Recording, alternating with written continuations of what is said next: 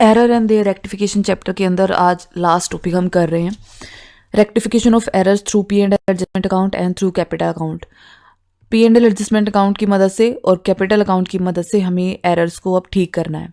अभी तक हमने जो पढ़ा था, सबसे पहले हमने पढ़ी थी टू साइडेड एरर, जिसमें हम दो अकाउंट्स होते हैं तो दो में गड़बड़ होती है तो हम दोनों अकाउंट्स को डेबिट या क्रेडिट करके एरर को ठीक कर लेते थे।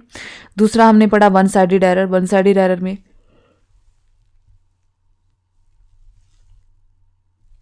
मेनली हम सस्पेंस अकाउंट जो है उसकी मदद से एरर को ठीक करते थे। तो ट्रायल बैलेंस के डेबिट एंड क्रेडिट साइड का टोटल अगर डिफरेंस है तो जिस साइड का टोटल कम आ रहा है वहाँ एक सस्पेंस अकाउंट के नाम से जितना भी वो डिफरेंस है, जितना फ़र्क आ रहा है उसको लिख के एक बार बराबर कर लेते थे और सस्पेंस अकाउंट से धीरे धीरे एरर्स को हम ठीक करते जाते थे। अब हम ये कर रहे हैं कि एरर को आपको ठीक करना है, लेकिन आपको अब P and L adjustment account और कैपिटल अकाउंट की मदद से करना है। एक चीज़ मैंने आपको, जब हमने रिवाइज पी एंड एल का मैंने आपको बताया था, उसमें मैंने आपको एक चीज़ बताई थी कि जो नॉमिनल अकाउंट्स हैं, नॉमिनल अकाउंट जितनी भी आइटम होती हैं, एक्सपेंस और आपका इनकम, ये आपकी पी एंड एल अकाउंट से रिलेटेड होती है, trading and P and L account से। रियल अकाउंट और capital account, sorry personal account,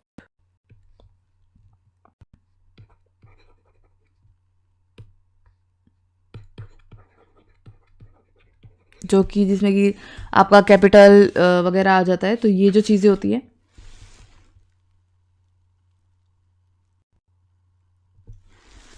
वो आपकी बैलेंस शीट की आइटम से रिलेटेड होती हैं। तो जिन जिन चीज़ों को आप पी एंड एल अकाउंट के अंदर लिखते हो, जो जो आइटम्स, उनकी adjustment P and L adjustment account से होगी।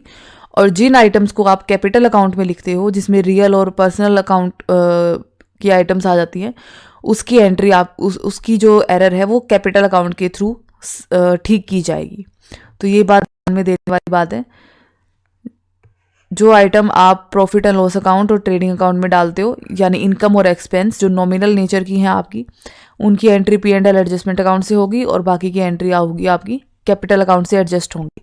सो सबसे पहले हम देखते हैं कि जब हम पी एंड एल अकाउंट की से खातों को सही करते हैं, जो एरर है उसको सही करते हैं, तो उसमें हम क्या करते हैं। पी एंड एल अकाउंट में हमारा जैसे ट्रायल बैलेंस है, ट्रायल बैलेंस का एक साइड दूसरे साइड से कम आ रहा है, तो जैसे मान लीजिए डेबिट साइड क्रेडिट साइड से कम आ रहा है, तो हमने डेबिट साइड पे एक सस्पेंस अकाउंट बनाया और उस सस्पेंस अकाउंट में जितनी जो कमी आ रही थी, जो भी फ़र्क था, उसको हमने डाल दिया और दोनों साइड आपकी टोटल हो गई।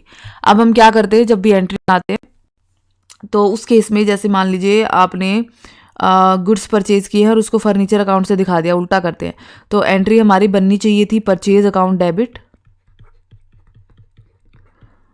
टू कैश, और आपने एंट्री कर दी furniture account debit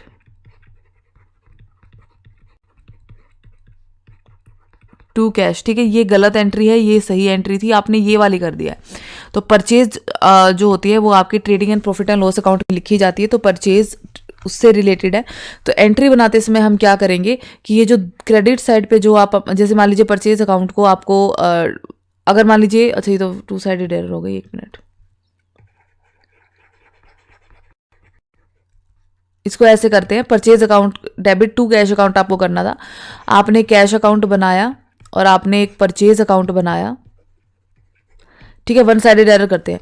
cash account के क्रेडिट साइड पे आपने बिल्कुल सही अमाउंट डाल दी, लेकिन परचेज अकाउंट के डेबिट साइड पे आप अमाउंट डालना भूल गए, तो सिर्फ एक ही अकाउंट इससे अफेक्ट हो रहा है, परचेज अकाउंट। ठीक है, तो परचेज अकाउंट, इस एरर को ठीक करने के लिए हमें क्या करना पड़ेगा, परचेज अकाउंट को डेबिट करना पड़ेगा। और टू में वैसे हम लिखते थे सस्पेंस अकाउंट, क्योंकि अभी तक हम सस्पेंस अकाउंट की मदद से इस वन साइडेड एरर को ठीक कर रहे थे, पर अब क्योंकि हम P and L adjustment account की मदद से एरर को ठीक कर रहे हैं, तो जो item trading and profit and loss account के अंदर आती है उनको हम इस अकाउंट से ठीक करेंगे। तो बस सस्पेंस अकाउंट की जगह हमें इस अकाउंट का नाम जनरल एंट्रीज के अंदर दिखाना है। तो यहाँ पे सस्पेंस अकाउंट क्रेडिट होने की बजाय P and L adjustment account, ये आपका यहाँ पे एंट्री हो जाएगी। अब जो दूसरी बात मैं बोल रही थी कि सिर्फ नॉमिनल अकाउंट आपके P and L adjustment account से ट्रीट होंगे। जैसे मान लीजिए आपने फर्नीचर खरीदा था, तो furniture account debit to cash, जो दूसरी वाली एंट्री थी हमारी, ठीक है। अब इसमें क्या हुआ, जब आपने अकाउंट बनाया तो कैश अकाउंट के अंदर आपने क्रेडिट साइड पे लिख दिया, लेकिन फर्नीचर अकाउंट के अंदर आप अमाउंट लिखना भूल गए, ठीक है। तो फर्नीचर अकाउंट का डेबिट साइड कम हो गया उतनी अमाउंट से, तो जो करेक्टिंग एंट्री होंगी उसमें हमें फर्नीचर के अकाउंट को डेबिट करना पड़ेगा। लेकिन क्रेडिट हम कौन सा, चाहे आप P&L एडजस्टमेंट अकाउंट यूज़ कर रहे हो एरर को ठीक करने के लिए, लेकिन यहाँ पे आप सस्पेंस अकाउंट यूज़ करोगे, क्योंकि फर्नीचर आपके trading and profit and loss account के अंदर नहीं दिखाई जाती है, रियल अकाउंट होता है। और रियल अकाउंट का जो है वो आप या तो सस्पेंस अकाउंट से ठीक करोगे, या फिर आप अगर कैपिटल अकाउंट मेथड का इस्तेमाल कर रहे हो तो उस केस में आप यहाँ पे कैपिटल अकाउंट लिख दोगे, ठीक है। सो अगर हम कैपिटल अकाउंट मेथड का इस्तेमाल कर रहे हैं तो रियल अकाउंट की जो भी आपकी गड़बड़ है, रियल अकाउंट या पर्सनल अकाउंट, दोनों को याद रखना, या तो पर्सनल अकाउंट या फिर रियल अकाउंट, इन दोनों से रिलेटेड सारी एरर आपकी कैपिटल अकाउंट की मदद से ठीक होंगी। यानी इस एंट्री में, ये जो फर्नीचर अकाउंट में आप लिखना भूल गए थे, अगर मैं कैपिटल अकाउंट की मदद से इस एरर को ठीक कर रही हूँ तो मेरी जो जनरल एंट्री है वो बनेगी furniture account debit to capital account. तो इस बात को हमें ध्यान में देना है कि हमें क्वेश्चन में कौन सा मेथड यूज करने के लिए कहा गया है। P&L एडजस्टमेंट अकाउंट यूज करने के लिए कहा गया है, कैपिटल अकाउंट यूज करने के लिए कहा गया है, ठीक है। तो अब हम आ जाते हैं इलस्ट्रेशन के ऊपर। 19th का इलस्ट्रेशन है, दोनों ही तरीकों से हम इसे निकालेंगे, P&L एडजस्टमेंट अकाउंट बना के भी और कैपिटल अकाउंट के थ्रू भी हम इसे एरर को ठीक करेंगे। सो 19th के इलस्ट्रेशन को देख लेते हैं। आपको ये कह रहा है कि आपने ट्रायल बैलेंस बनाई और ट्रायल बैलेंस बनाते समय उसमें एक डिफरेंस आ गया 711 रुपये का, ठीक है। आपने क्या किया, इस डिफरेंस को एक सस्पेंस अकाउंट बनाया और उसके अंदर उससे ठीक कर दिया। तो जब भी आप सस्पेंस अकाउंट बनाते हो, जब इसमें आपको नहीं दे रखा कि एरर किस तरफ आई हुई है, ठीक है।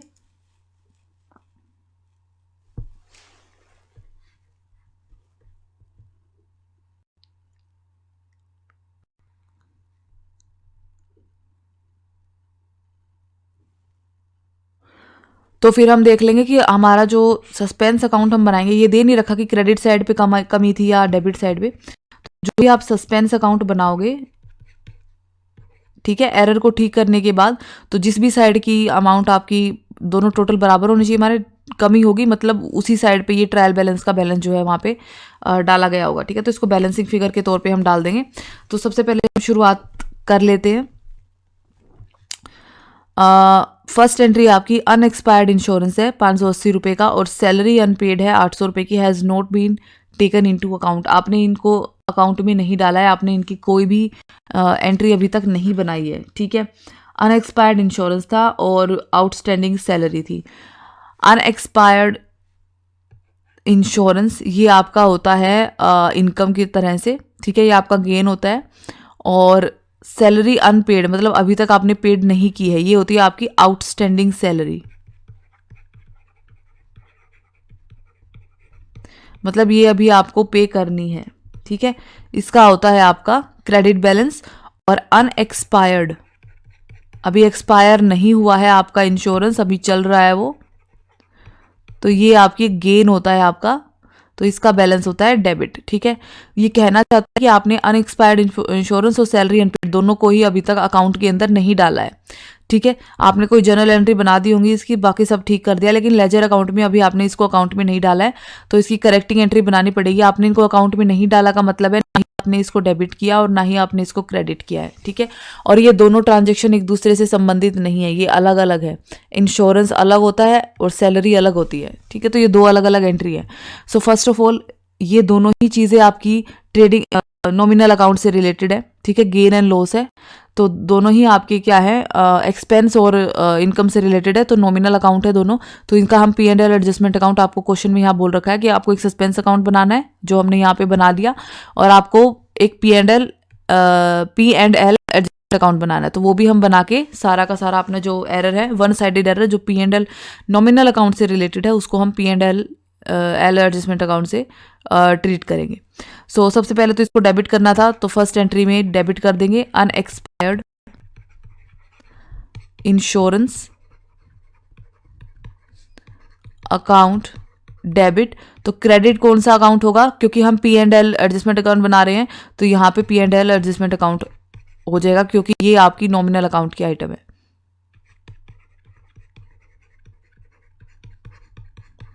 ठीक है, तो ये फर्स्ट एरर आपकी इस तरीके से दूर हो जाएगी। 580। अब इस एंट्री का क्या फ़र्क पड़ा, दो फर्क पड़ा है। एक तो आपका जो P and L adjustment account है, इसके अंदर क्रेडिट साइड के ऊपर ये 580 रुपये आ जाएंगे। दूसरा क्या फ़र्क पड़ा कि अनएक्सपायर्ड इंश्योरेंस के अंदर आप डेबिट साइड पे 580 लिखना भूल गए थे, अब अनएक्सपायर्ड इंश्योरेंस के अकाउंट में डेबिट साइड पे 580 रुपये आप लिख दोगे। दूसरी एंट्री जो है आपकी करेक्टिंग की एंट्री है, सैलरी अनपेड है 800 रुपये की, तो ये भी आपने अकाउंट में नहीं डाली थी, तो इसको भी डाल देंगे। सैलरी अनपेड है तो इसका आपका जो सैलरी का बैलेंस है वो होता है आपका क्रेडिट, तो ये हो जाएगा आपका आउटस्टैंडिंग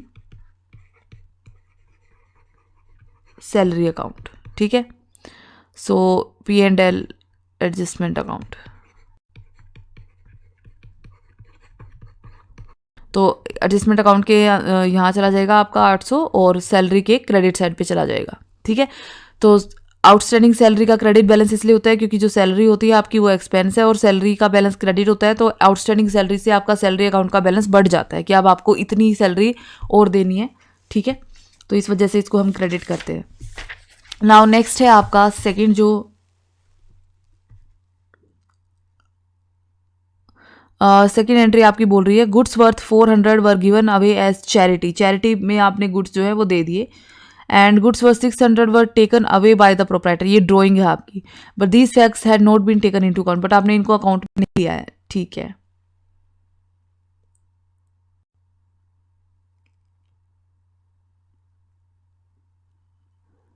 ओके।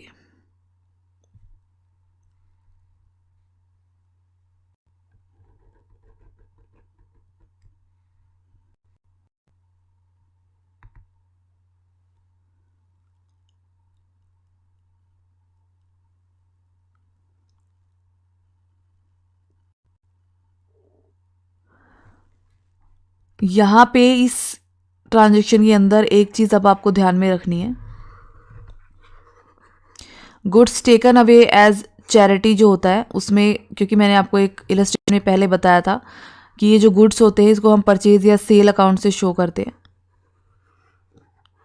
और ये आपकी आइटम होती है प्रॉफिट एंड लॉस अकाउंट के अंदर जाने की। ठीक है, यहाँ जो goods take away given away as charity है, इसको आप P and L adjustment account से ट्रीट करोगे, क्योंकि ये trading and profit and loss account की आइटम है।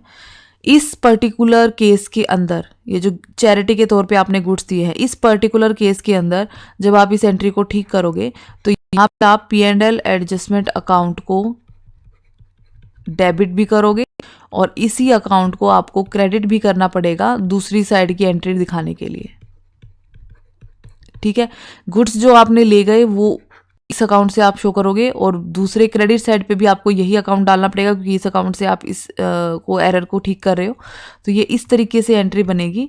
तो इसीलिए इस एंट्री को आपके बुक के अंदर भी कंसिडर जो है वो नहीं किया गया, क्योंकि इसी अकाउंट को डेबिट कर रहे हो, इसी अकाउंट को क्रेडिट कर रहे हो। डेबिट पे भी 400 डालोगे, क्रेडिट पे भी 400 डालोगे, तो उसका कोई फ़र्क नहीं पड़ने वाला है आपके अकाउंट्स के ऊपर, तो इसलिए इस एंट्री को यहाँ पे स्किप कर दिया गया है।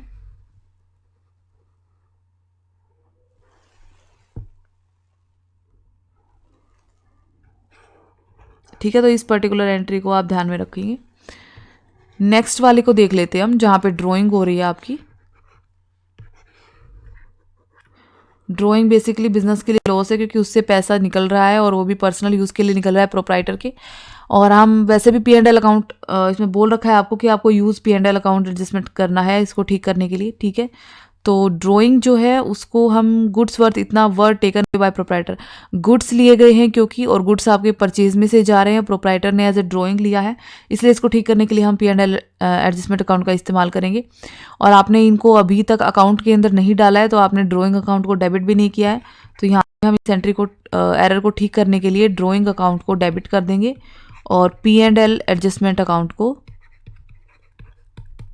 क्रेडिट कर देंगे। ठीक है, तो ये आपका चला जाएगा 600 रुपये ड्राइंग के नाम से P and L adjustment account के अंदर।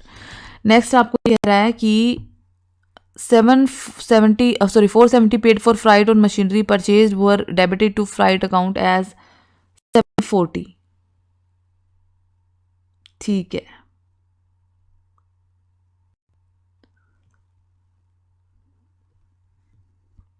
470 आपने फ्राइट का पे किया और फ्राइट अकाउंट में आपने उसको डाल दिया 740 दिखा के। ठीक है, तो आपने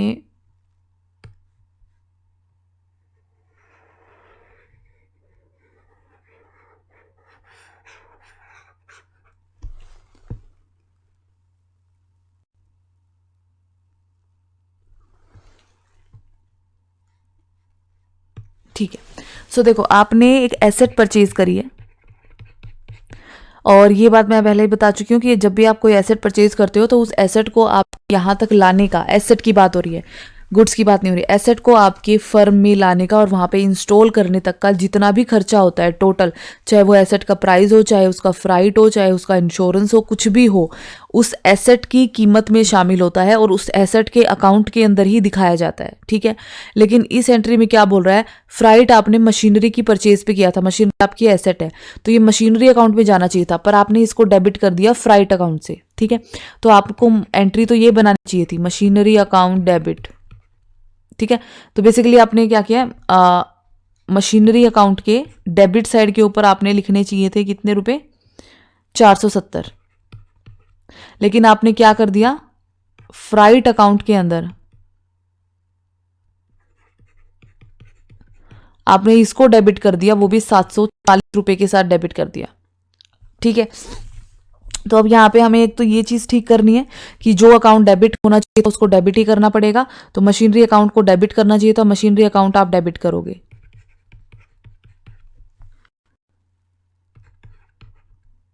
राइट, 470 से। नाउ दूसरी चीज़ जो आपका फ्राइट अकाउंट है, हम P&L एडजस्टमेंट अकाउंट यूज़ करें, मैंने बताया था आपको कि जितनी भी आप एरर जो दूर कर रहे हो, मतलब जो भी आइटम है जिसकी एरर है जो आपने P&L अकाउंट के अंदर आप दिखाते हो, उसको आप P&L एडजस्टमेंट अकाउंट के नाम से ही यहाँ पे शो करने वाले हो। ठीक है, सो क्योंकि हम P&L अकाउंट के नाम से ही यहाँ पे उस अकाउंट को ही शो करने वाले हैं।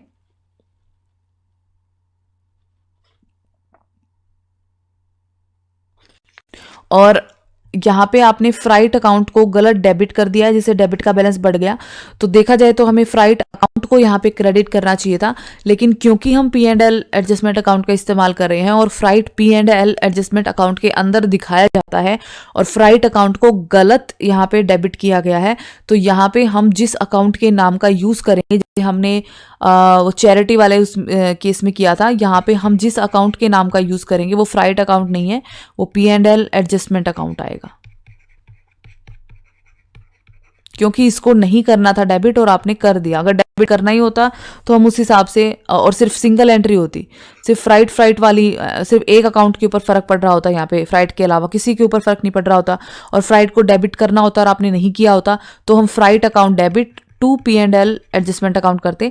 यहाँ पे दो अकाउंट पे फर्क पड़ रहा है, तो इस और हमें P&L एडजस्टमेंट अकाउंट को इस्तेमाल करना है एरर को ठीक करने के लिए। तो उस केस में जो अकाउंट आपने गलत डेबिट कर रखा है या गलत क्रेडिट कर रखा है, जो P&L अकाउंट में आप लिखते हो, जो नॉमिनल अकाउंट, नॉमिनल बैलेंस होता है, नॉमिनल अकाउंट होता है जो, उसको हम P&L एडजस्टमेंट अकाउंट से लिखेंगे, ना कि उस अकाउंट के रियल नाम से, क्योंकि उसमें आपने गलत एंट्री कर रखी है। तो ये हो जाएगा यहाँ पे 740। ठीक है, तो बाकी का बैलेंस कहाँ जाएगा, ये 740, ये 470 है, जो बाकी का बैलेंस है वो आपका चला जाएगा सस्पेंस अकाउंट में, क्योंकि और कोई अकाउंट वैसे भी यहाँ पे है नहीं डेबिट करने के लिए, तो ये चला जाएगा सस्पेंस अकाउंट के अंदर और ये चला जाएगा आपका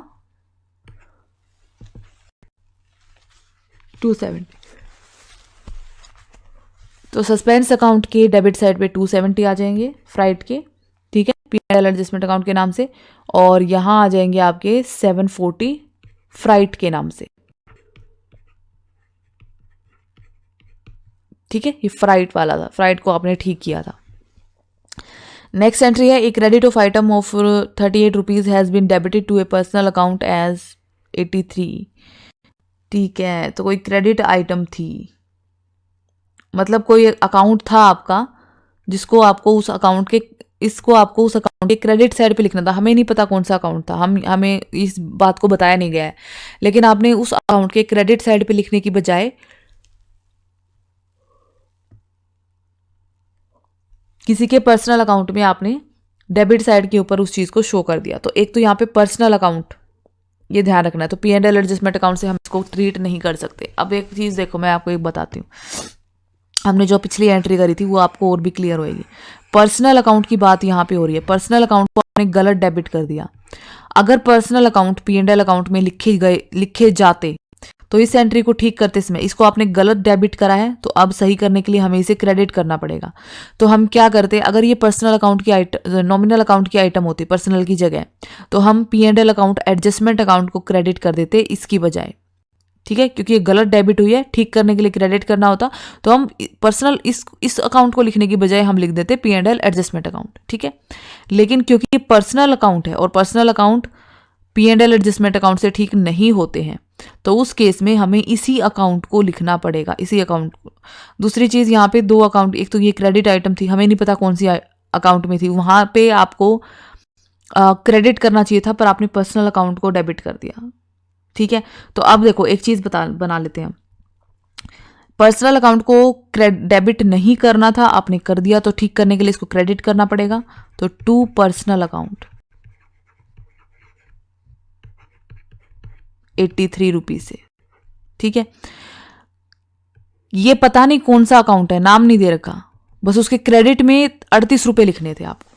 ठीक है, तो हम क्या लिख देंगे, अब कर देंगे, करने थे तो अकाउंट नॉट क्रेडिटेड।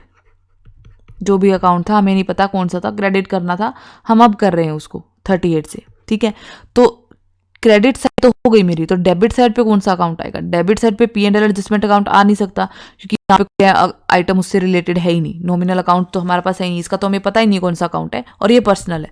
तो यहाँ पे कौन सा अकाउंट आएगा इसको ठीक करने के लिए? वन साइडेड एरर है ये, सस्पेंस अकाउंट। ठीक है, इन दोनों का टोटल 121। ये दोनों एरर हमने सस्पेंस अकाउंट से ठीक कर दी, तो यहाँ आ गया 121। अकाउंट नोट क्रेडिटेड और पर्सनल अकाउंट के नाम से 38 इसके और 83 इसके, इन दोनों का टोटल है ये। ठीक है, अब इस क्वेश्चन में हम नेक्स्ट एंट्री देख लेते हैं। फिफ्थ एंट्री आपकी, फिफ्थ ट्रांजेक्शन क्या बोल रहा है? An allowance of 320 has been claimed from a creditor and entered in his personal account without the double entry being completed. एक अलाउंस आपने क्लेम किया है अपने क्रेडिटर से। ठीक है, ये जो अलाउंस आप क्लेम कर रहे हो क्रेडिटर से, ये आपकी इनकम है। सो इनकम का बैलेंस हमने ये नॉमिनल अकाउंट है, और इसका हमारा जो रूल होता है वो होता है क्रेडिट ऑल द इनकम्स। ठीक है, आपने क्रेडिटर से क्लेम कर लिया, आपने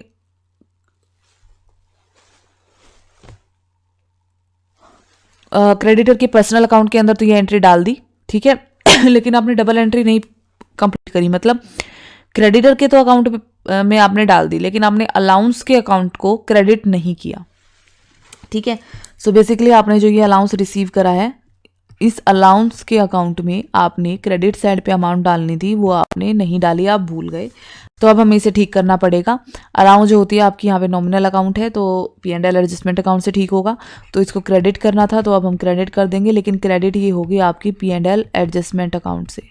ठीक है, तो डेबिट साइड पे कौन सा अकाउंट जाएगा? डेबिट साइड पे, क्योंकि इस अलाउंस अकाउंट की जगह ही हमने इसे लिखा है, और कोई अकाउंट है नहीं डेबिट करने के लिए, तो हम सस्पेंस अकाउंट को यहाँ पे डेबिट कर देंगे। ठीक है, ये एंट्री हो जाएगी आपकी। P&L अकाउंट के क्रेडिट साइड पे चला जाएगा ये कितना, 320, और सस्पेंस अकाउंट के डेबिट पे चला जाएगा 320।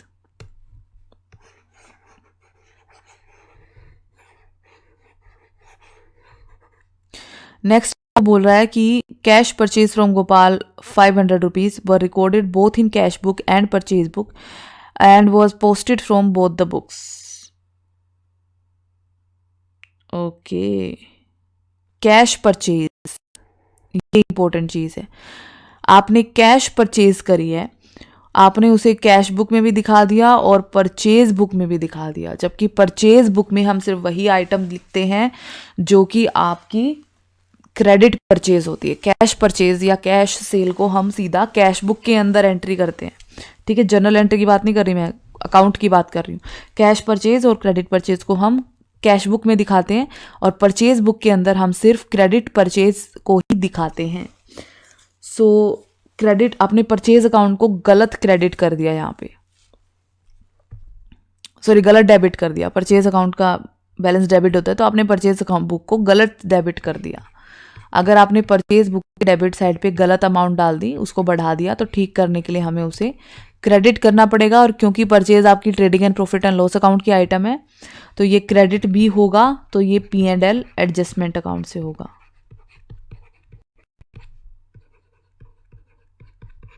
ठीक है। और जब आपने परचेज बुक को क्रेडिट डेबिट करा होगा, तो आपने जब जनरल एंट्री बनाई होगी, तो बनाई होगी परचेज अकाउंट डेबिट टू जिस पर्सन से आपने खरीदी है, क्योंकि इसमें हम सिर्फ परचेज डालते हैं, तो आपने इसको as a credit purchase show करा होगा। तो गोपाल अकाउंट को आपने क्रेडिट कर दिया होगा, जबकि नहीं करना था, तो यहाँ ठीक करने के लिए हमें इसे डेबिट करना पड़ेगा। ये पर्सनल अकाउंट है, तो P&L एडजस्टमेंट से तो दिखाएंगे नहीं, तो इसके नाम से ये यहाँ पे दिखाया जाएगा। ठीक है। सो ये हो जाएगी आपकी 500 से एंट्री, तो P&L एडजस्टमेंट की क्रेडिट साइड पे आ जाएंगे 500 रुपये। नेक्स्ट आपको बोल रहा है कि closing stock has been valued at its cost price of 6000, however the market price. Okay, closing stock के बारे में एक बात है कि क्लोजिंग स्टॉक आपको कॉस्ट प्राइस और मार्केट प्राइस दोनों में से उस प्राइस के ऊपर चढ़ाना होता है जो कम होता है। ठीक है।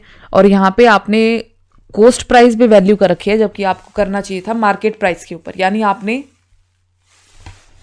क्योंकि मार्केट प्राइस कम है, तो हमें मार्केट प्राइस रिकॉर्ड करना था, पर आपने कर दिया कॉस्ट प्राइस, और इस वजह से आपका क्लोजिंग स्टॉक हो गया ओवर वैल्यू। क्लोजिंग स्टॉक हो गया ओवर वैल्यू। क्लोजिंग स्टॉक आपका दो जगह दिखाया जाता है, जैसे कि मैंने बताया था, एक होता है P&L अकाउंट के अंदर, एक होता है बैलेंस शीट के अंदर। तो P&L अकाउंट के अंदर क्लोजिंग स्टॉक दिखाया जाता है, ट्रेडिंग एंड P&L अकाउंट के अंदर क्रेडिट साइड पे, और ओवर वैल्यू कर दिया आपने क्लोजिंग स्टॉक को, यानी इसकी वैल्यू आपने 5600 लिखनी थी, यहाँ पे 6000 लिख दी, 400 से बढ़ा दी। तो ठीक करने के लिए क्या करना पड़ेगा, इसे 400 से डेबिट करना पड़ेगा। किस नाम से डेबिट होगा, ये P&L के नाम से, क्योंकि ये P&L अकाउंट के अंदर दिखाया गया है। दूसरी चीज़, क्रेडिट में आप क्या डालोगे, क्योंकि क्लोजिंग स्टॉक बैलेंस शीट में भी दिखाया जाता है। ठीक है। तो बैलेंस शीट के अंदर, क्योंकि ये एसेट होती है, अब इसको चीज़ को ध्यान से सुनना, एसेट होती है, एसेट का बैलेंस होता है डेबिट, तो वहाँ पे इसका बैलेंस है डेबिट। ठीक है। अब डेबिट बैलेंस है और आपने डेबिट को 400 से ज़्यादा दिखा दिया, तो इसे ठीक करने के लिए आपको करना पड़ेगा क्रेडिट। बैलेंस शीट में क्योंकि ये एसेट होती है, तो ये रियल अकाउंट है, इसे हम P&L एडजस्टमेंट अकाउंट में नहीं दिखा सकते, लेकिन trading and profit and loss account में जो क्लोजिंग स्टॉक दिखाया जाता है वो नॉमिनल अकाउंट की तरह है। ठीक है। तो अब हम दिखा देंगे, जो P&L के अंदर एडजस्टमेंट करनी है, इसको डेबिट करना है, तो डेबिट हम क्लोजिंग स्टॉक को नहीं करेंगे, हम करेंगे P&L एडजस्टमेंट अकाउंट को, क्योंकि ये P&L एडजस्टमेंट अकाउंट के अंदर P&L अकाउंट के अंदर शो किया जाता है। अकाउंट डेबिट 400 रुपये से। दूसरी चीज़, बैलेंस शीट में क्योंकि एसेट के तौर पे दिखाया जाता है, इसका बैलेंस होता है डेबिट, तो इसको 400 रुपये से बढ़ा दिया, तो ठीक करने के लिए क्रेडिट करना पड़ेगा। तो क्रेडिट हम कर देंगे टू क्लोजिंग स्टॉक अकाउंट, क्योंकि ये रियल अकाउंट है। तो एक ही क्लोजिंग स्टॉक की दो बार इस तरीके से अलग अलग ट्रीटमेंट होगी, तो P&L एडजस्टमेंट की डेबिट साइड पे आ जाएगा 400 क्लोजिंग स्टॉक के नाम से। ठीक है। नेक्स्ट एंट्री की हो गई क्या सारी? ओके, सारी एंट्री होगी। तो अब आपको क्या करना है, सस्पेंस अकाउंट का डेबिट साइड टोटल करना है। ठीक है। और क्रेडिट साइड पे ये 711 रुपये का आपका आ जाएगा। ठीक है। और ये दोनों का टोटल बराबर आएगा, तो एक ये 7 और 2 9 और 2 11 और 3 4 5 6 और 1 7 711 और 711। ठीक है। इसी तरीके से आपको P&L एडजस्टमेंट अकाउंट का टोटल करना है दोनों साइड का। ये टोटल इक्वल नहीं आएगा। P&L एडजस्टमेंट अकाउंट का बैलेंस आपको कैपिटल अकाउंट में ट्रांसफ़र करना होता है, तो यहाँ पे क्रेडिट बैलेंस आएगा, यानी क्रेडिट साइड डेबिट साइड से ज़्यादा है, तो ये बैलेंस को आप कैपिटल अकाउंट में ट्रांसफ़र कर दोगे। ठीक है। तो इस तरीके से आप P&L एडजस्टमेंट अकाउंट की मदद से अपनी एंट्री जो है वो ठीक कर सकते हैं। तो बेसिकली याद हमें ये रखना है, जो आइटम आपकी P&L trading and profit and loss account के अंदर डाली जाती है, उन सभी आइटम को आप P&L एडजस्टमेंट अकाउंट से सही करोगे, उनकी एरर को।